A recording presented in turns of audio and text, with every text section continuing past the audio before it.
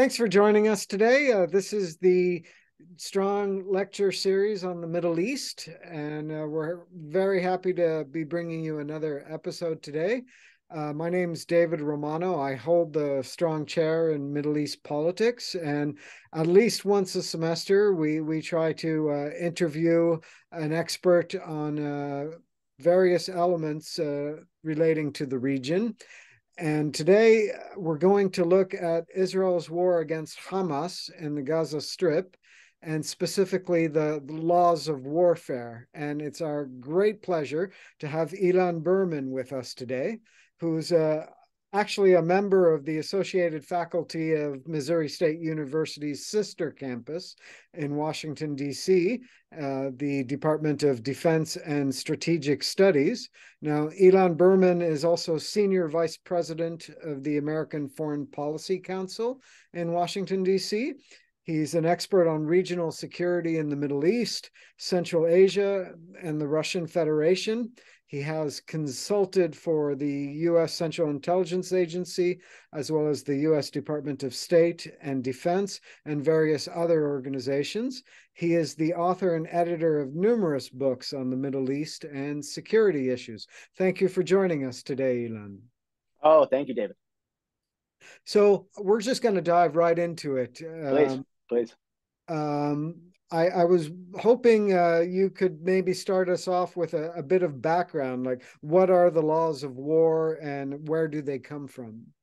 Sure. And I preface this by saying this topic in particular pushes all my buttons because on a day-to-day basis, I do Middle East policy, but I'm a recovering lawyer. I teach international law. I actually teach the intersection of international law and global security at DSS, which is sort of the requisite plug for the program.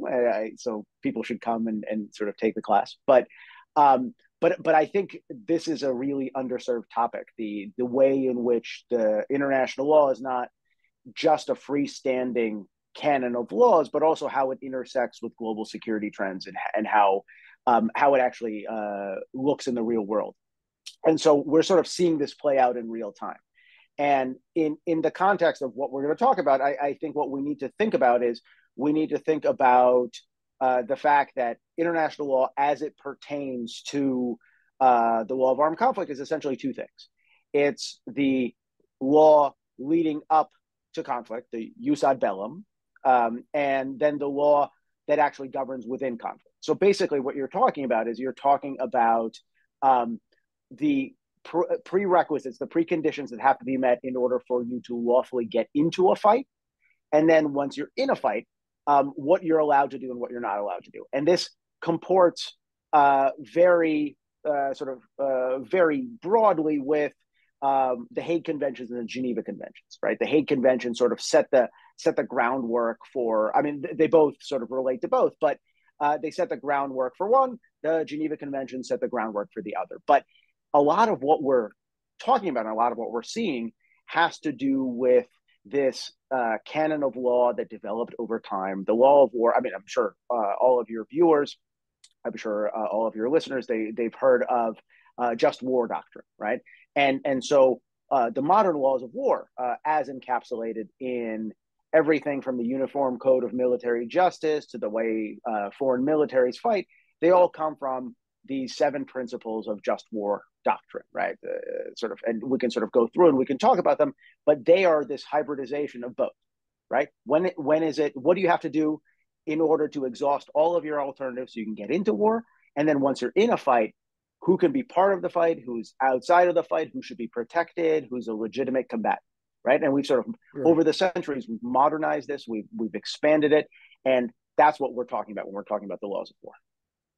Excellent. And I think especially for this situation that we're looking at, which is Israel's military campaign in Gaza following the October 7th incursion and massacre. I think the death count is now 1,400, overwhelmingly civilian casualties from that attack. I think we're trying to especially focus on the jus in bello, the conduct of war. I think we're pretty sure about Israel's right to get into a war after this event. Yeah.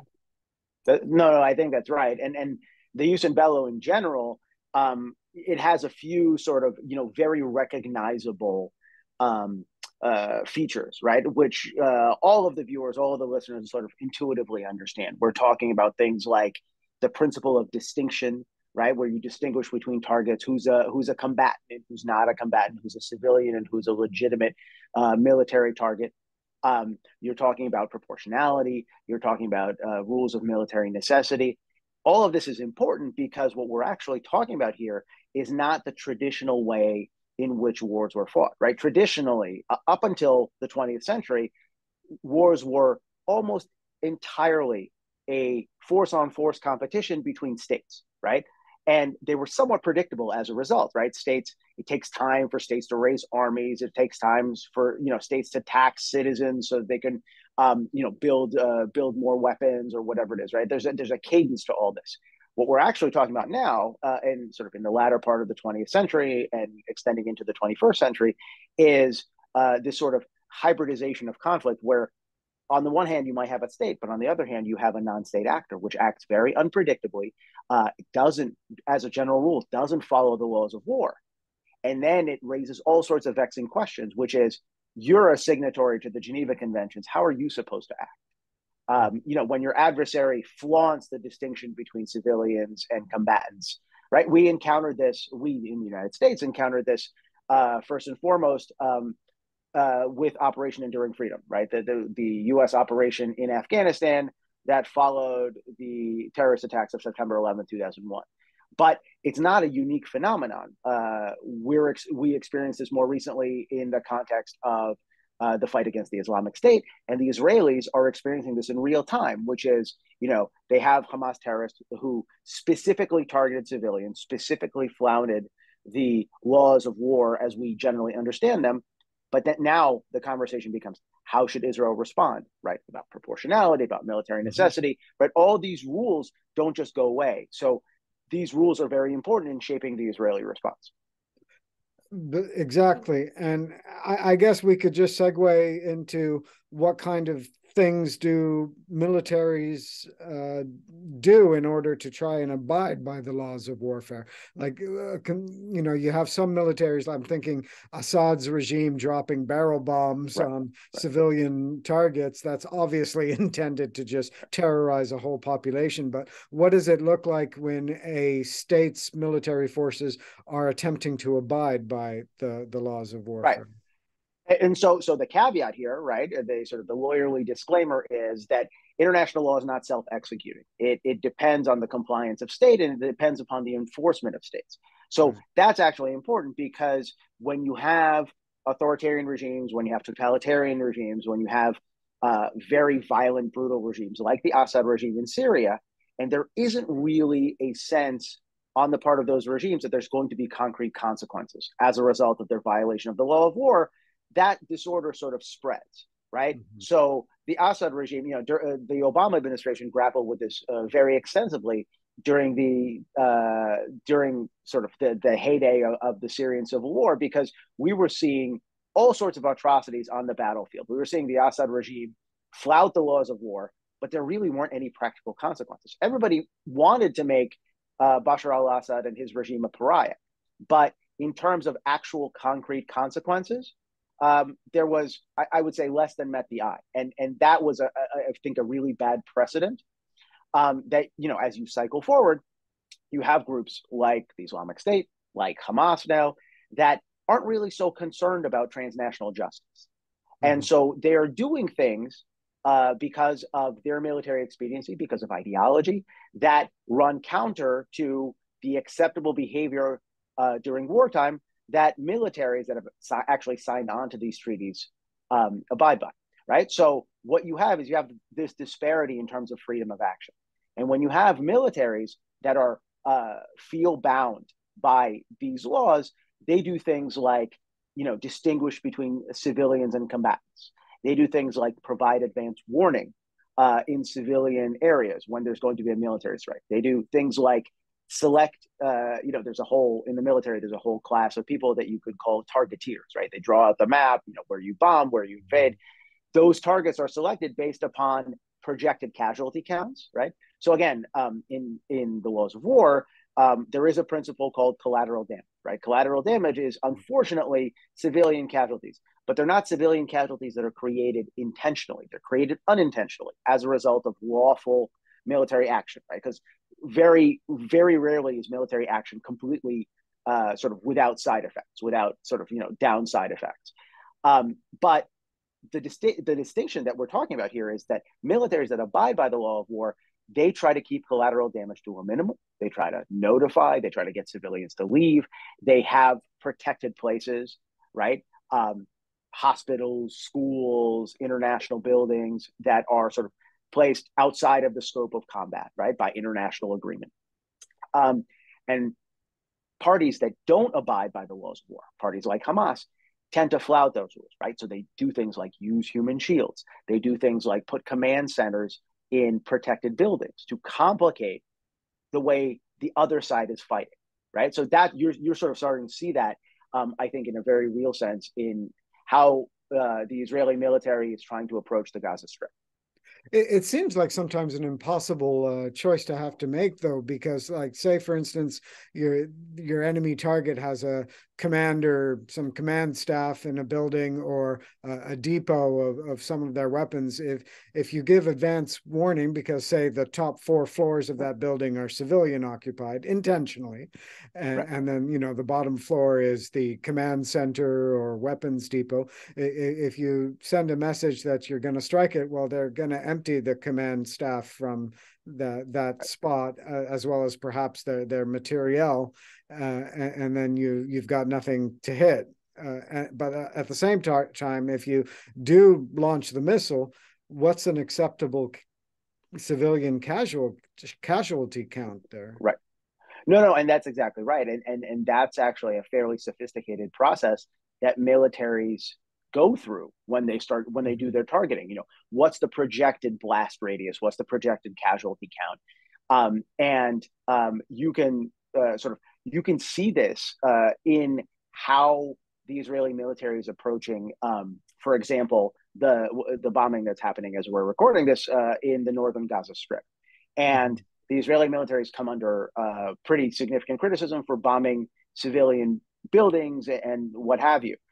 One of the things that they've done before, sort of when the Israeli military has carried out limited retaliations, is what they call to knock on the rooftop, which is to drop sort of a very small ordnance as a sort of a warning signal to civilian populations to leave. The problem is, of course, groups like Hamas, groups like the Islamic State, put the civilians between them and the opposing party. So it's actually, for example, very hard for civilians to leave the Gaza Strip currently. Hamas is making it harder for them to do that. So the duty on the part of the military that's abiding by the law of war is to provide that advance warning. But not everybody's playing by the same rules. And what you're seeing now in the Gaza Strip, when the Israelis are intentionally targeting civilian buildings, they're actually not targeting the buildings, right? So one of the features of how Hamas has managed to dig into the Gaza Strip over the last decade has been building these hundreds of kilometers of tunnels. They're called, colloquially called by the Israeli, the Hamas Metro. Yeah, exactly. Mm. And so a lot of what they've done is they've run them under civilian buildings for precisely this purpose, to make their own infrastructure more resilient to targeting. And so, this is a very unenviable task where now that the Rubicon has been crossed, and the Israeli military is talking not just about pinpoint strikes to degrade Hamas, but they actually want to really cripple Hamas and set it back. They're beginning to deal with the thorny issues of the fact that this is a dug-in, entrenched adversary that has actually exploited the laws of war to make it harder to root out their infrastructure. Well, could you give us some more specific examples of what the Israeli military has been doing to try and abide by the laws of warfare? Yeah, no, exactly right. So the rooftop knocks are sort of a great example. Yeah. Advanced warnings to civilians, right? The Israeli military did a tactical pause on aerial bombardment and told civilians in the northern Gaza Strip that they should vacate. They should vacate south of a certain demarcator, so that the northern Gaza Strip would become sort of, more uncomplicated in terms of targeting.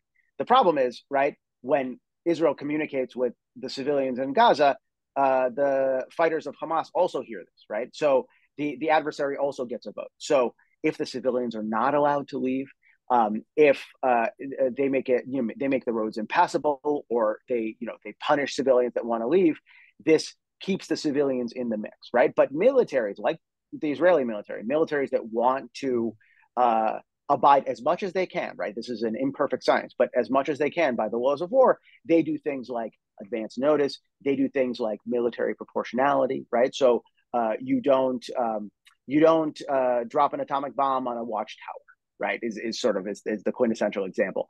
But that the amount of force that you use is should be roughly proportionate. This applies much more, by the way, when militaries of two countries fight against each other, right? And in the nuclear age, this is actually very important, because if you have a conventional conflict, the real worry, particularly if it's one or both of the parties are nuclear armed, that you have this cycle of escalation that involves the use of weapons of mass destruction, right? This is, by the way, the big boogeyman in the Russia-Ukraine war currently, which is that the Russians would be feel ground to a halt to such an extent that they will resort to the use of unconventional weapons to advance their objectives. In the context of Israel and Hamas, that's not quite this we're not thinking in those terms, but we are still thinking about, overwhelming force on the part of Israel, and indiscriminate force that impacts civilians as well. And so one of the really interesting features that I've been watching of the current conflict is the degree to which this is lawfare, and this is also an informational conflict, right? This is all like everything is bound up together. So we had the alleged Israeli bombing of this hospital in the northern Gaza Strip, the Al Ahli Hospital, and it took 12 minutes for Hamas to say this was a grave war crime. There were 500 people killed, and whatever it is, and a lot of media outlets, unfortunately, ran uncritically with that interpretation of events, and it took the Israelis quite a lot of time to actually roll that back and to say, no, we have footage. This was actually not Israeli ordnance. This was a rocket that misfired out of the Gaza Strip itself. But this is how the unequal application of the laws of war can actually be used geopolitically to advance objectives, right? To advance the narrative, and we're seeing that not just in the hospital incident, but we're seeing that, and we will see that in the days to come. Interestingly enough, with the hospital example, I almost saw what looked like an admission from some Hamas folks who said, well, even if we don't look at the hospital, look at all the other civilian targets that Israel has hit. I was wondering if you could respond to that issue, because it leads to a couple of things. Like when we talk about the evacuation of Gazans from the northern half of the district, there's been reports in the media about some of the evacuation routes getting bombed,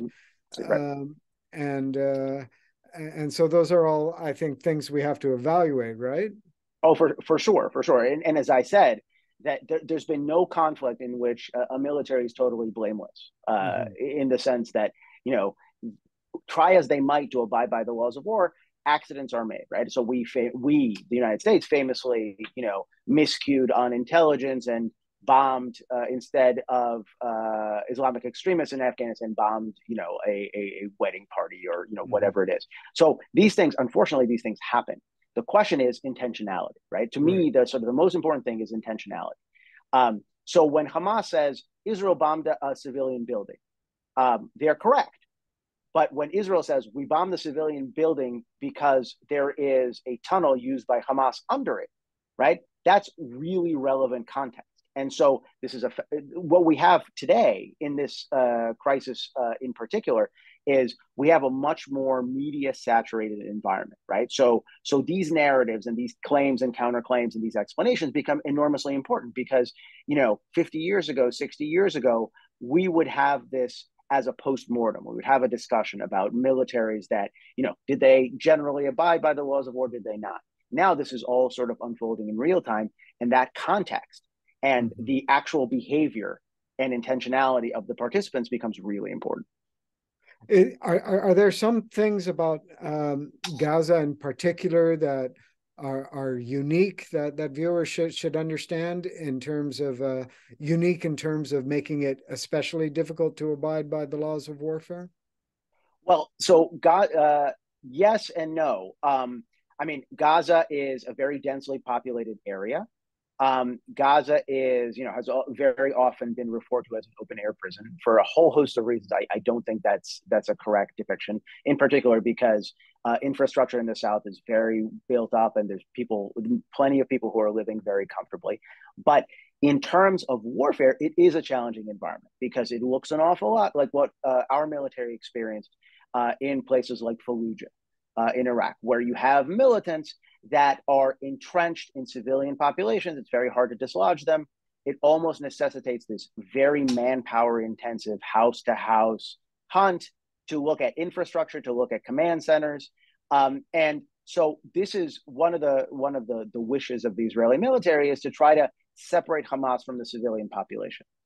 And one of the most fervent wishes on the part of Hamas is to make that separation as difficult as possible, because they understand that they thrive in that, they swim in that pond better than if they were left on their own to fight the Israeli military. Because the Israeli military, in terms of firepower, in terms of logistics, in terms of tactics, are superior to Hamas, right? Hamas persevered on October 7th, if you could call it that, because of the element of surprise and because of wanton brutality. If they had been facing down in conventional warfare, an Israeli army, they wouldn't have fared very well, right? So this is all about asymmetry. This is all about surprise. This is all about this sort of guerrilla campaign. So I've got two follow-ups there, if you'll allow me. No, of course. One, will it be possible? Is there a foreseeable scenario where Israel can separate Hamas from the civilian population enough to destroy it without like raising every inch of northern Gaza? And okay, no, well, and the second. My other question is a bit longer, so I'll wait till you answer. Okay. So the answer is I don't know.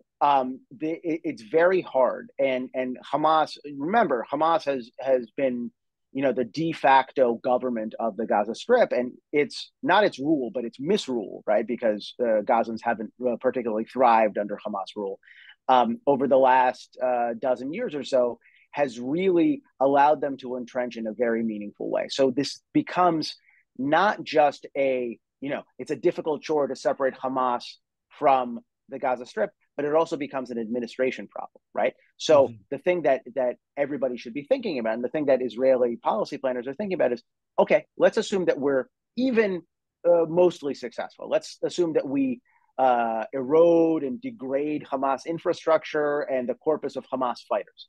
What then? Who's in charge? Right? Because what you essentially do, if you're successful, is you decapitate the leadership of the Gaza Strip.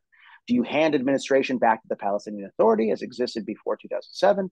Or do you do something else? Do you install somebody else? Or do you administer it yourself? Because the dirty little secret of the Gaza Strip is Gaza has two exits. One exit to Israel, which is what the Hamas terrorists penetrated on October 7th, and the other exit in the south to Egypt. And Egypt has hermetically sealed that border because they've been looking northward and they say, you know what, we don't want any of this this strife, this trouble. We don't want to import any of these problems. They have their own sort of security concerns. But as a result, it sort of exacerbates the humanitarian dimension, right? Because if Palestinians living in Gaza could simply exit into the Sinai Peninsula or exit into Egypt, it would alleviate at least some of these problems. But it also creates a situation where the Egyptians don't want to take responsibility and the Israelis don't want to take responsibility. But if you get rid of Hamas, you have a real problem. What's the continuity of government? What, continuity of social services, all this stuff, right? What's the day after look like? And that's really something that nobody's talking about right now. Okay, and that was actually the second part of my follow-up. To me, it seems like one of the perhaps more unique aspects of it is that the population in Gaza doesn't have anywhere to go. maybe this is like the Tamils in Sri Lanka. I'm not sure, but since 48, really, they've Right. been held there in Gaza. Egypt, unlike Jordan, did not annex the Gaza Strip when it Right. was left in control of it. It administered it, and it forbade the population, most of whom are refugees, from entering Egypt, and it's part of the reason that the Strip is so overpopulated. And is there, because normally you get the civilian population to evacuate, and Right. then you do what you Right. have to do militarily. Right. No, and I think you raise an important point, right? The sort of the Gazan population is locked in place, and it raises the stakes for the conflict, but it also raises the stakes for their political system, because the dog that isn't barking in sort of in what we're seeing right now is I'm not seeing large scale protests of on the part of the Palestinians, opposing Hamas, but in objective terms, Hamas, it has been toxic for their own aspirations, right? Something like 70% of economic revenue that keeps the Gaza Strip ticking comes from workers that cross the border and go into Israel, right? There's really no sustainable internal indigenous economy to speak of in the Gaza Strip. Well, all of that is over, because after October 7th, you had, this penetration of vulnerable southern communities in Israel was, you have all these anecdotal reports emerging that they were facilitated by people who worked inside Israel, who had work permits and whatever it is, right? So that's over, that's done. And then the question becomes, what comes next? How do Gazans survive? Right? Nobody wants them to simply be on the dole, on the international dole. But how do they survive when there's going to be a process of economic decoupling that's coming? Right. And that's where, this stagnation and this population that's locked in place becomes an enormously problematic challenge.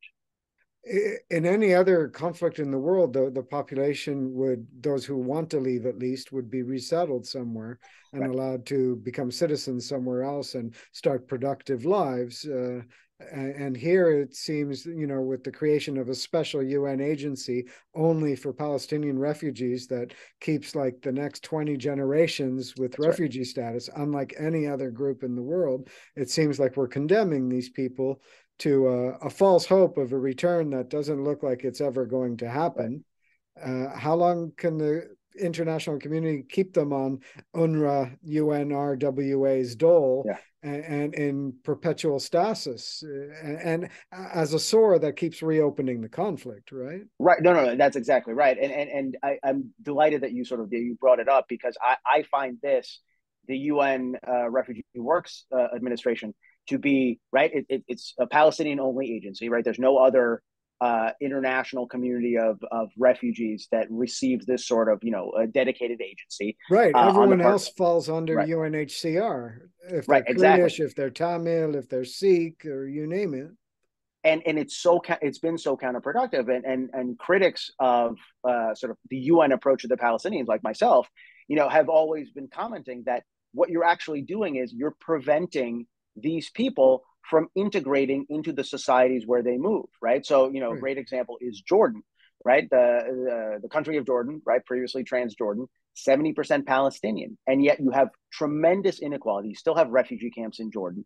They are sort of segregated, right? There's been even though I understand the queen is Palestinian, right? There's been an attempt to sort of to integrate politically, but in real terms, in the context of Jordan, but in the context of the Palestinians more broadly, there's been this real reluctance on the part of the region to integrate Palestinians into their economies, into their societies. It's almost as if the Palestinians are a useful political tool for Yes. these governments, and it's such a disservice to the Palestinians themselves. Exactly. And I understand Egypt has its own problems, but Right. it's got 100 million population. At what point does, a million more make a huge difference if you Right. can support them with donations from the international community, or at least make it temporary until the fighting stops. But in any case, well, I wanted to ask you if you can discuss some examples of where Israel has been accused of war crimes in Gaza, Sure. because in the media we're seeing war crimes discussion left and right, and it doesn't always come accompanied with the criteria. Like we've heard white phosphorus, we've heard lack of proportionality, failure to discriminate, and so forth.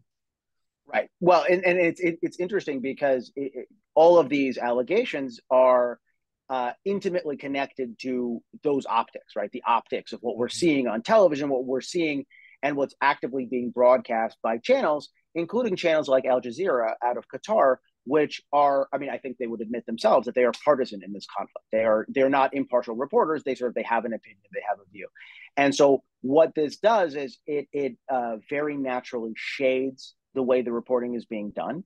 And remember also that journalism, true, real journalism, depends on access. So you have this inequality of access where, if you are a journalist in peacetime Gaza Strip and you report critically on Hamas, they may not make it a very nice place for you to stay and to report. And so there's that sort of that natural selection that happens where in journalistic terms, places like Gaza become a hard target, and places like Israel become a soft target because Israel's an open society, it's a democracy. It doesn't mean they're perfect, but they do allow much more journalistic freedom. And so you have this unequal reporting. And so there's this sort of laser focus on the Israeli military because the Israeli military tends to be much more transparent than Hamas. But the journalists, right, if they're doing their job, they have to report both sides of the story. So the logical corollary of this is if the Gaza Strip is a hard target, if they don't actually know what Hamas is up to, they're forced to run with the information that Hamas shares. And so Hamas shares things like, 500 civilians, 500 patients of the Al-Ahli hospital killed, when, I'm sure that there were casualties, unfortunately, but there's no concrete evidence that is the number, right? That is the number that was killed. And the journalists are forced to take Hamas's word, right? The Gaza Health Ministry, which is Hamas, forced to take their word for it. So it creates an incentive for a distortion effect to happen in terms of your comps, in terms of your propaganda. But you see this across, right? And that's not to say that all of the allegations are spurious, right? That all of them are without merit. But in the main, there is a pattern of sort of highlighting the things that the whoever's in charge of Hamas communications, strategic communications, tends to think will play the best at the time, right? There's a lot of staging of minor victims. There's a lot of sort of all that stuff, and some of it is absolutely apt, and some of it, the Israelis should be held to account for, but not all of it. And the way you sort of distinguish, and I think you'll remember, there was an Al Jazeera journalist that was killed by errant Israeli military fire not long ago, about 8 months ago. Shira. That's right. I'm blanking on her last name. But what ended up happening was the Palestinians reported this. The Israeli military launched an investigation, and they went through the paces, and they actually came up with the conclusion that they were at fault. Right. So the interesting thing here is that accountability trail, right? So it's not that the Israeli military is faultless. It's what comes after. If there is an errant missile, if there is an errant strike, what comes after? Is there any sort of accountability? Are people held to account? Is the chain of command sort of intact, or is this sort of a free-for-all? In the current conflict, what we're seeing is that there's much more of a structured chain of command on the Israeli side than there is on the Hamas side. Unsurprisingly, of course, given, but so let's just run it through a couple examples through the hoop, because I think our viewers will also benefit, especially given your legal training, the process by which you address each issue. So let's go to white phosphorus. We've heard, we've seen media headlines of, white phosphorus, a banned munition is being used, or at least banned in civilian areas. Right. So the and again, right, not an uncontroversial claim, right? There is a command decision to use a certain type of munition or to not use a certain type of munition. If you were defending the claim, you would say we have no choice because it's a more effective, more potent munition, and our duty is to bring this conflict to a quick resolution. So we're going to use a sort of a more effective munition, and we have to use it in civilian centers because Hamas is entrenched in civilian centers. And by the way, other countries have used it as well. Mm-hmm. right? So, Turkey and others. If you were against the usage of white phosphorus, you would highlight things like disproportionate side effects potentially on civilian casualties, and the expansion of collateral damage and things like that. Right? It's all about sort of weighing the pros and cons. But isn't there a part of the convention that explicitly says white phosphorus should never be used in densely populated civilian areas? It's a flare, essentially, right? That No, it illuminates. is a flare. It is a flare. Yeah. So there's all sorts of, and not just the conventions, right? There's the additional protocols and whatever it is, but it's all about um, harmful, sort of disproportionately harmful munitions. And by the way, we're in a completely different military sense. We're seeing that now in the context of landmines in Ukraine, right? The Ukrainians are hollering that the Russians, as they retreat from entrenched positions in the Donbass, they're leaving behind landmines that are going to make areas impassable, right? And not in the Geneva Conventions, but later on, more recently, Right. we've had international legal instruments that have sort of prevented, or banned the use of landmines for precisely this reason, which is disproportionate effects. So, but yes, white phosphorus is enormously controversial. White phosphorus is enormously controversial because it is banned in these legal documents. At the same time, in international law is created through the practice of states. So the problem that you have is you have more and more militaries, including the U.S. military, that has used on occasion white phosphorus munitions. And so if you were trying to make a defensible legal case, you would say the practice of states has evolved over time, where this regulation is no longer quite as rigid as it was before, right? Okay, that makes sense. And the second issue is they talk about proportionality Correct. always, and the argument is that, well, if we look at the civilian casualty count right now, and I know it's not a simple, I'm going to let Right. you deconstruct it, but Right. in terms, but it's nonetheless tragic. Like, I mean, we're looking at Absolutely. 4,500 casualties in Gaza now. Very Right. difficult to say how many are civilian, but I would assume the large majority Right. are. And on the Israeli side, we had equally lamentable 1,400 casualties, Right. and people kind of do this macabre math, saying, Yes, okay, they do. well, this isn't proportional, right? Right. No, that's right. And so I tend to focus less on sort of head count or body count, and more on tactics, right? So the what you have, I mean, I'm a little bit at odds, at pains to sort of to explain what proportionality would actually be in this, right? Because you had this terrorist incursion that involved the beheading of children and rape and pillage and sort of all this burning of the elderly. So I'm not sure that in the strictest sense even the word proportionality is even relevant here, but Mhm. the intentional brutality, right? The intent and the intentional targeting is what sort of sets the two camps apart, right? It's very clear, despite what Ismail Haniyeh says on Arabic television, it's very clear that the Hamas playbook was an intentional targeting of the civilian population. What you have in Gaza is an unintentional targeting of the civilian population, but it's still a very high body count because of the densely populated nature, right? And this is where the Israelis, there's a real sort of challenge for the Israeli military planners, because in the past, when Israel has done incursions, limited incursions into the Gaza Strip, it has been that sort of, what we experience in Iraq, that sort of house to house fighting. And there's a real sort of danger for the Israelis that this could actually lead to very high casualties because of the nature of the warfare among the Israeli military. So to set the scene, to explain why Israel is doing what it's doing, I think it's necessary to sort of to do the proportional math, right? I know it's a little grisly, but what we're talking about here is 1,400 casualties, mostly civilian casualties, in a population of 9.2, 9.3 million people, right, overall in Israel. Mm-hmm. What that equates to is a terrorist attack, a terrorist sort of onslaught that would have killed 48,000 Americans, right, proportionally. Right. In terms of hostages, they have what, 200 and with it 20? 8 Yeah. now or whatever. Yeah. But in proportional terms, it would be as if after September 11th, Al Qaeda had taken 7,000 Americans hostage.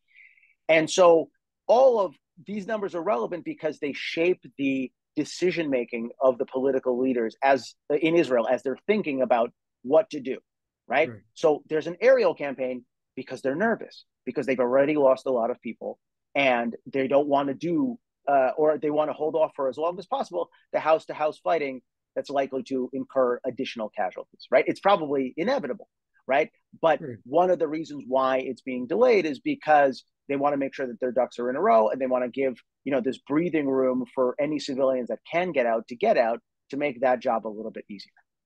Okay, because normally in a military campaign, the more you hit a target with artillery and airstrikes before sending in the infantry, the less infantry you lose. But obviously, when you have to have a regard for civilian Right. casualties on the other side, you can't just do it indefinitely. Again, like Assad in Hama in 1982, the elder Assad, who just pounded the city for 2 weeks with artillery and 20,000 dead and end of revolt. But that's Right. not an option here, right? For good reason. That's not an option here because it does. And again, right, this is something that a lot of commentators are actually talking about, right? Which is, in his latest column, Tom Friedman talked about the fact that the ground war, the sort of the ground offensive that is being planned by the Israeli military plays directly into the hands of the Iranians and directly into the hands of Hamas. It sort of entangles Right. Israel in this very intractable, probably prolonged conflict. The problem that you have is that you have all these hostages and you have this sort of this grievous, psychic wound. And if somebody had told the United States after September 11th that, oh, those, if hostages have been taken, oh, those 7,000 hostages don't matter. They would have been laughed out of the room. So Right. with all sort of due humility, I like to zoom out. My sense is watching from afar, the calculus is not exactly the same. So I think it's unavoidable. And I think it's unavoidable because, and you're almost seeing this in real time in terms of Israeli strategy. The Israelis are waking up to the fact that the sort of the old strategy, the old way of doing business, what they call mowing the grass, right? When you have a terrorist incursion, you go in, sort of it's a limited response, you erode Hamas capabilities if it's the Gaza Strip, Hezbollah capabilities if it's southern Lebanon, and you sort of reset the clock to sort of the status quo and you go on. That this is no longer tenable because over time, the equation has changed and not in Israel's favor, right? Mm-hmm. Hamas has massive stores. They have the Hamas Metro, these underground tunnels. They have massive stores of armaments in the Gaza Strip. Hezbollah has over 150,000 precision guided munitions and stockpiles in the north, in the south of Lebanon to the north of Israel. And so the equation is progressively moving against Israel, against sort of, the strategic status quo is worse and worse for Israel. And it necessitates this pretty fundamental change in how Israel approaches this. Now, what that change is going to be, we don't know yet. But it's very clear that the way they're thinking about everything after October 7th is part of that reassessment. Okay. And we also hear talk about Israel cutting off food, water, Right. electricity to the Gaza Strip, and even talk of the discourse that Israel is committing genocide. Right. If you could address those two. Yeah.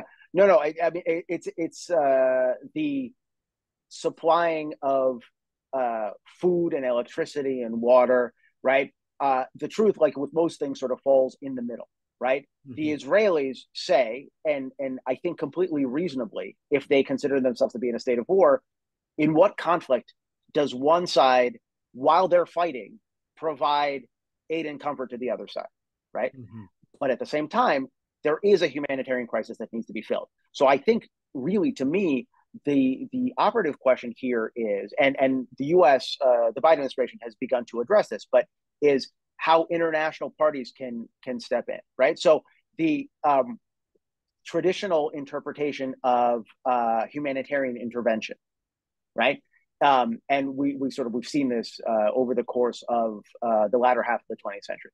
Humanitarian intervention, as correctly construed, is precisely this: it's to supply food, blankets, medicines, electricity, water, things that alleviate the suffering of the civilian population, but don't change the course of the conflict itself, right? Mm-hmm. That don't, it's not weaponry, it's not armaments, it's nothing that sort of, bolster one military over another. It's strictly humanitarian assistance.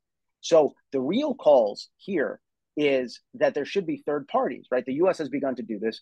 To my chagrin, very, very few, if any, other international parties are talking seriously about, their duty in terms of humanitarian intervention in the Gaza Strip, right? Mm-hmm. Because you cannot expect, reasonably, you can't expect that the Israelis would feel as incentivized to provide food and electricity and medicines when they're in the middle of a fight, right? Well, But that crisis still exists. that's a hard sell with Israel's public Yeah, yeah, after October 7th, and they're absolutely. still picking up bodies, obviously.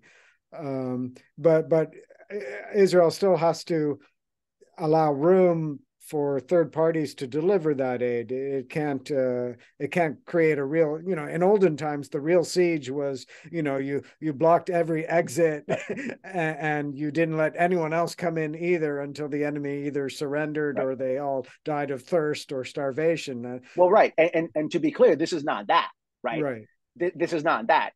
And in fact, Israel has allowed in humanitarian convoys. So they're not trying to starve Hamas out. They're not trying to sort of, keep the lights off so Hamas can't move around or whatever it is. But Mm-hmm. they're having a problem. And this is, by the way, I think sort of one of the, this moment where, after October 7th, we have this moment where we're reassessing a lot of things in terms of U.S. Middle East policy, but in terms of Middle East policy generally, is, the conditions that brought us to this place where you have the Gaza Strip that's so heavily dependent, right? There's a failure to thrive on the part of the Palestinians in a really profound, sort of visceral sense. And in a time of conflict, this is a liability that Hamas is exploiting, right? Hamas is exploiting it to say, hey, listen, stop the Israelis, restrain the Israelis. The Israelis are saying, this is not our duty anymore to provide these sort of things, right? And how we got to this impasse was, it's sort of the culpability, not just of Israel, not just of the Palestinians, but of the international community that sort of allowed these conditions to fester, unfortunately. Okay.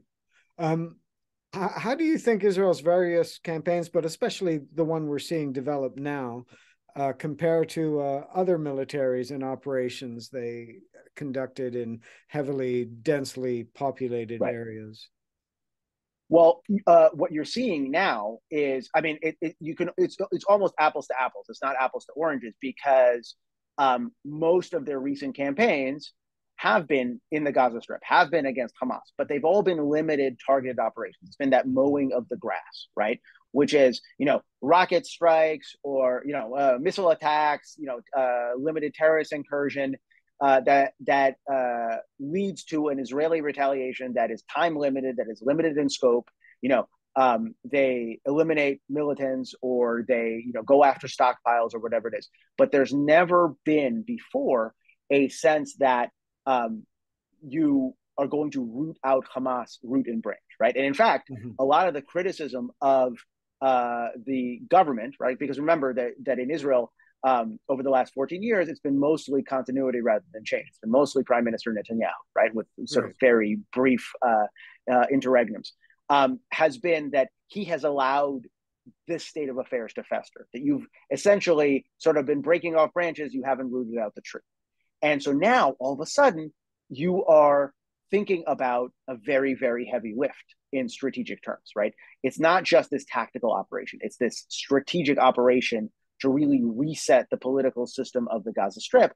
And we know from past tactical incursions that they're actually very costly, right? Because it is that house-to-house fighting. It is that sort of, urban warfare that advantages the entrenched insurgent rather than, the sort of the organized military.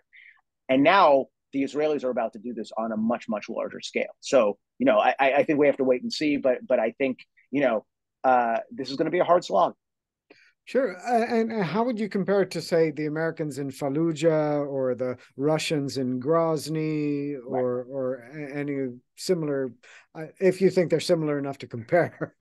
Well, no, I do think they're similar enough to compare, but I don't want to compare them because we all know the logical outcomes of those campaigns, which was that the urban warfare became so costly, it became so difficult for the organized military that it led to widespread destruction of infrastructure. It led to the flattening of Fallujah, the flattening of Grozny. It led to mass refugee flows, mass civilian suffering. Right? That's Right. not something I think that the Israelis are eager to repeat here, but it's not clear to me, at least as we're recording this, what the strategy is, what the more nuanced strategy is for them to Right. accomplish this. So, unfortunately, I think there's a lot of parallels, but I really don't want to see them. Sure, sure. There's some nightmare scenarios that look like Right. distinct possibilities that could emerge. So if Israel does launch a ground invasion of Gaza, a full out one, what kind of civilian casualties could we expect if the military attempts to abide by the laws of warfare versus if they throw such considerations out the window? Like, I mean, Right. is there a sheer number of Palestinian civilian casualties that would by itself indicate war crimes, like kind of prima facie or something? Well, and this was, by the way, to go back to the sort of the Al Afli hospital example, this was precisely it, right? The Right, 500 number was so large so as to shock the conscience. And that's right, precisely what we're talking about in terms of international perceptions when we're talking about grave war crimes. I don't know that there's a hard and fast number. It's, you sort of, it when you see it. yeah, But unfortunately, right, the fog of war is a real thing, right? There's that phrase, the fog of war, that it's very hard to get the ground truth during combat. And it's for precisely this reason, because in addition to strategic objectives, every party in this conflict has a desire to shape the optics and to sort of to win hearts and minds in the conflict. And that leads, unfortunately, to sometimes mischaracterizations, sometimes exaggerations, and sometimes the hiding of inconvenient facts, right? And by both sides, by all parties right. in a conflict. And that makes it really difficult to sort of to break through that fog of war and to figure out what's actually happening. But I do think that when you're looking at credibility of reporting, when you're looking at credibility of accounts, you have to look at the track record, right? When the idea that it's not that the Israeli military doesn't lie, right? The Israeli military lies, the American military lies, right? The Israeli government lies, the American government lies, right? No, it's true. But as a track record over time, right? You could credibly say that the Israeli military lies much less than Hamas lies, right? And so that has to be a consideration when you're an observer and you're reporting on the conflict. You're shaping, you're building your perception of the conflict. You have to understand that there are parties, right, sort of interested, involved parties that are trying to shape the optics of this as well. Exactly. I guess because of time considerations, we're going to get to our last question now. Sure. And what about non-state actors? Like, I mean, you kind of touched on this a bit, but I want to ask, can non-state actors in an armed conflict abide by the laws of warfare?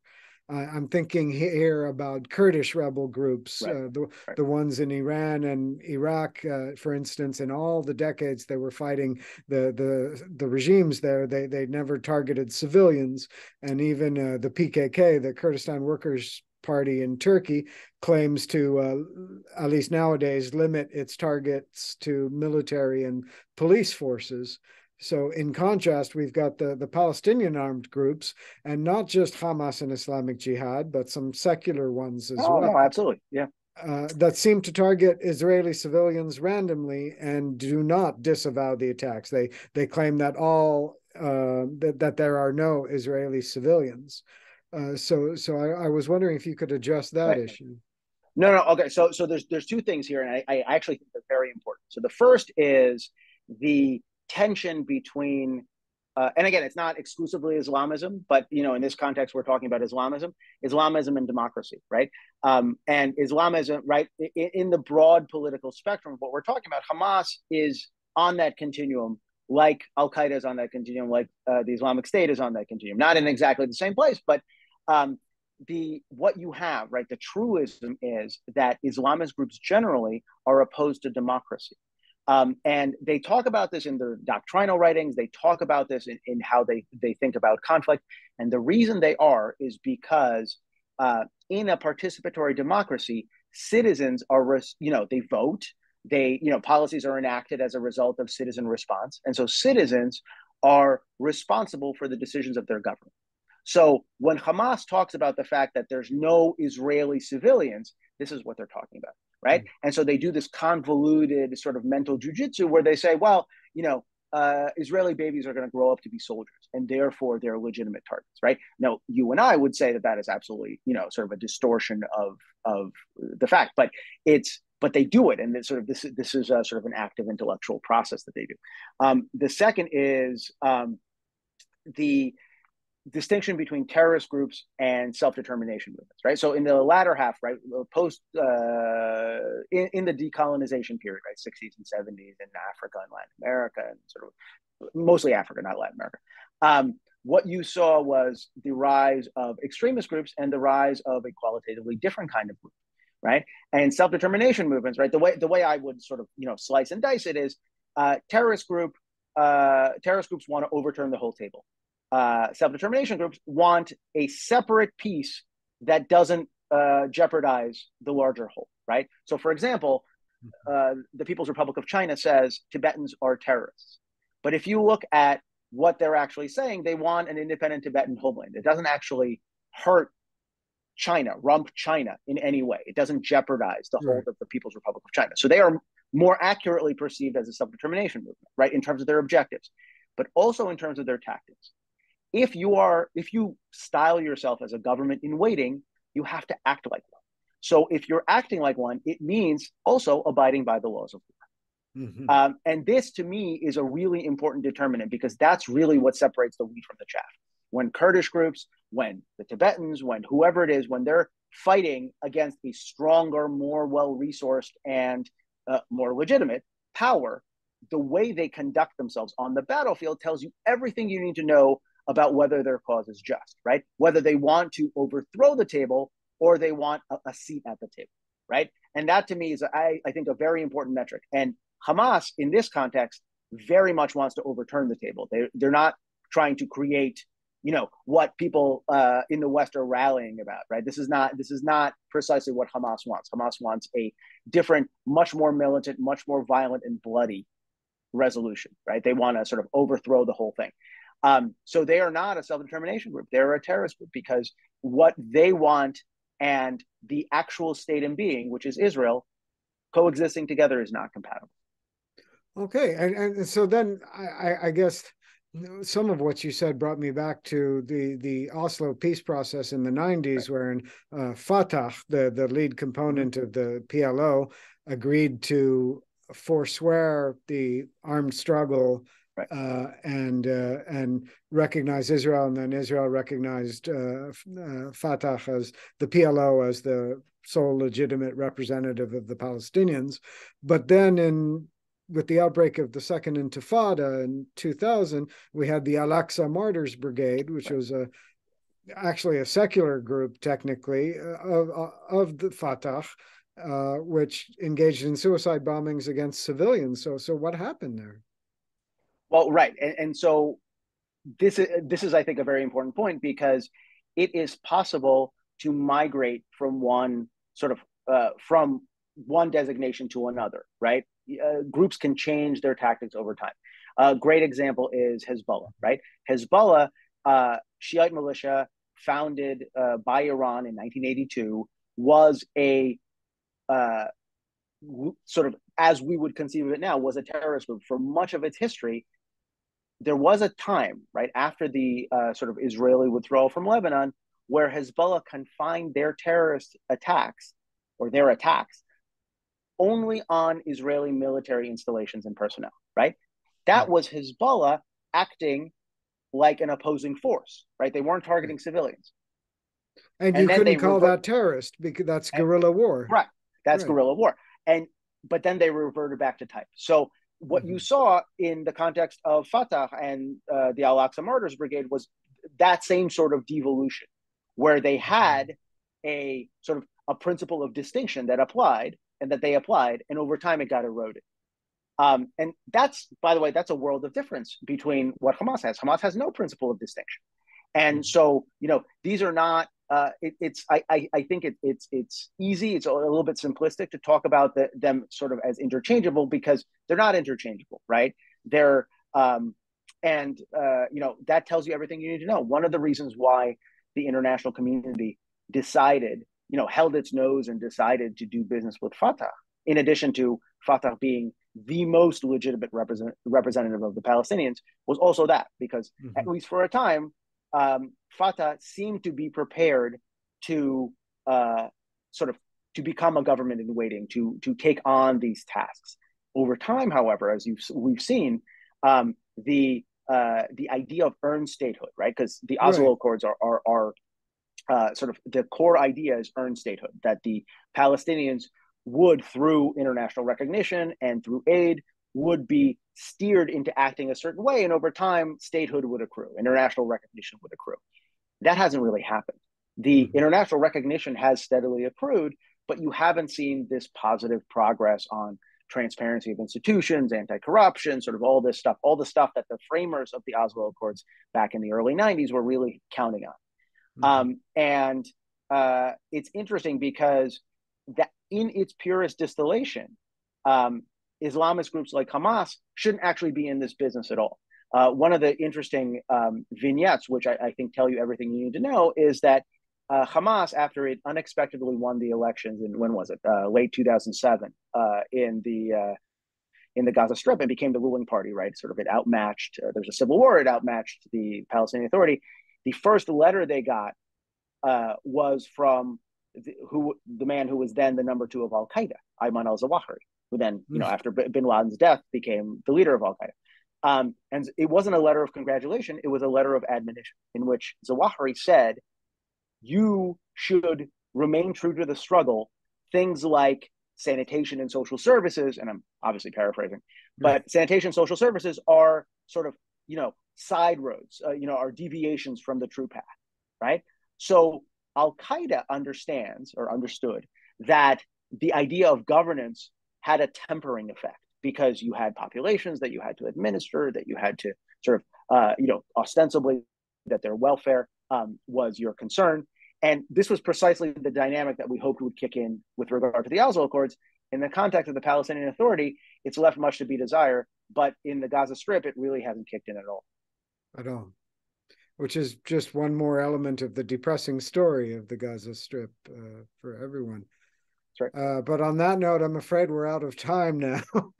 I really, really want to thank you, my Mr. pleasure. Berman. My we pleasure. really appreciate it. These are very difficult issues for any of us to navigate, and I think you're really well formulated and clear discussion of this is going to help a lot of people clarify a lot of questions on this conflict. Oh, I hope so. Thanks for having me, David. Thanks again.